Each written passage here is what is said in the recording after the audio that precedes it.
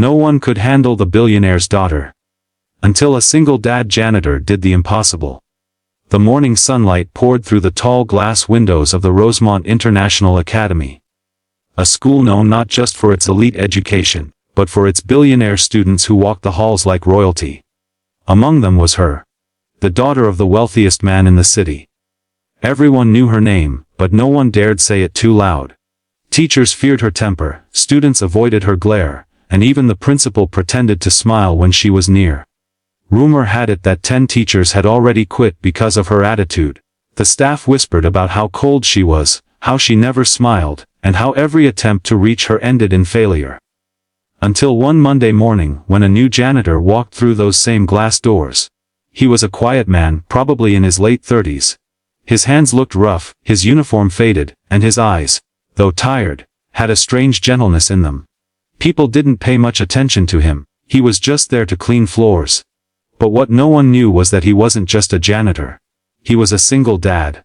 He had a little girl, about 8 years old, who waited for him every evening at a small apartment downtown. Her drawings covered the fridge, and every night before bed, she'd ask, "Did you smile today, Dad?" And every night, he'd reply, "I tried my best." The first time the janitor crossed paths with the billionaire's daughter was in the hallway outside the art studio. She was yelling at a staff member. Something about a painting not being good enough. When she saw him sweeping nearby, she snapped, "What are you looking at?" He didn't respond, just smiled politely and continued sweeping. No one ever smiled at her without fear. It made her freeze for a second. Then, angrily, she turned away. The next morning, he was cleaning the same hallway again. This time she dropped her coffee cup. Without a word, he bent down, cleaned up the mess, and said softly, "It's okay, accidents happen." She stared at him, confused. Most people avoided eye contact. He spoke to her like she was human. Not powerful, not intimidating, just human. She walked away, saying nothing. But that night, for the first time in months, she couldn't sleep. Those words, "It's okay, accidents happen," echoed in her head. Days passed. She started noticing him, how he always greeted everyone, even when no one replied. How he repaired broken lockers when students didn't care. How he carried heavy boxes for teachers who never thanked him. And one afternoon, she saw something that changed everything. He was sitting on a bench behind the school, holding a small lunchbox. Inside were 2 sandwiches. Next to him sat a little girl with messy hair and the brightest smile. His daughter. They were laughing. Laughing so freely that it didn't fit the cold world she lived in. From a distance, the billionaire's daughter watched them. That laughter. That warmth. It felt like something she'd lost a long time ago. A few weeks later, during an art event at the academy, she was presenting her painting. A dark, abstract piece filled with chaos and loneliness. The audience clapped politely, but she looked restless. Then, out of nowhere, the janitor's daughter ran up to her. She couldn't have been more than 8. Holding a crumpled paper in her tiny hands, she said, "Your painting is sad. You should add yellow. Yellow makes everything happy." The room went silent.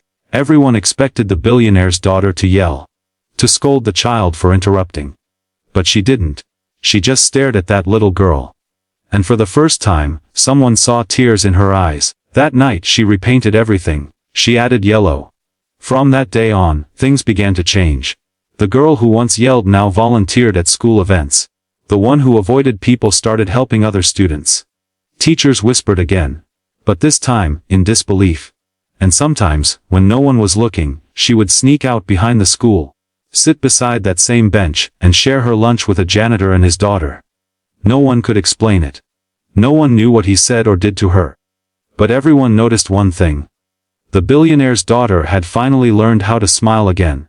And it all started with the kindness of a man who swept floors, but understood hearts better than anyone else ever could. Sure, here's the continuation with a kindness, inspiring and motivational ending that fits naturally with your previous story tone and pacing. Emotional, cinematic, and globally relatable. Months passed, and the changes in her were impossible to ignore. She started coming to school early, sometimes even helping the janitor before classes began. She'd help him arrange chairs, wipe the blackboards, and once even painted a wall that had been dull and cracked for years. The students were stunned. The teachers whispered. The billionaire's daughter, the same girl who once shouted at everyone, was now quietly doing things no one expected from her. When someone asked her why, she simply said, "Because kindness feels better than control." But the real turning point came one winter morning. The janitor didn't show up for work. For the first time, the halls felt empty, not because of the noise, but because of his absence. His laughter, his gentle greetings, his calm presence, it was all missing. By noon, word spread that he had fallen sick. He was hospitalized, struggling to afford his treatment. The billionaire's daughter didn't hesitate.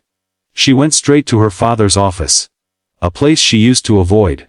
For the first time in her life, she didn't ask him for a car, a trip, or money for herself. She asked for help for someone else. Her father was stunned, but he saw something in her eyes, compassion. The kind he hadn't seen since her mother passed away years ago. That evening, a private ambulance arrived at the small hospital. The janitor's treatment was fully covered, anonymously. But he knew, he didn't need to ask. Weeks later, he returned to work. Weaker but smiling, and when he did, he found a surprise waiting for him. The hallway he always cleaned had been freshly painted. Bright yellow. With a sign on the wall that read, "Sometimes, the smallest hearts hold the greatest strength." It was her idea. Her way of saying thank you, not with words, but with meaning. From that day forward, she volunteered at shelters, sponsored school lunches, and quietly helped students who couldn't afford books. Her father watched from a distance, realizing something he'd forgotten long ago: money can buy luxury. But kindness builds legacy. One afternoon, as the janitor packed up to leave, his little daughter ran ahead to say goodbye. The billionaire's daughter knelt beside her and smiled. "Your dad changed my life," she said softly. The little girl giggled. "He says kindness is like sunlight. You can't see it, but you can feel it." The billionaire's daughter smiled through her tears and whispered, "Then I hope I can be someone's sunlight too." That day, as the sun dipped behind the academy's glass walls, two worlds, one rich, one humble, stood side by side. And in that golden light, it was clear it wasn't wealth, power, or status that changed hearts. It was simple, human kindness. The kind that costs nothing, but means everything.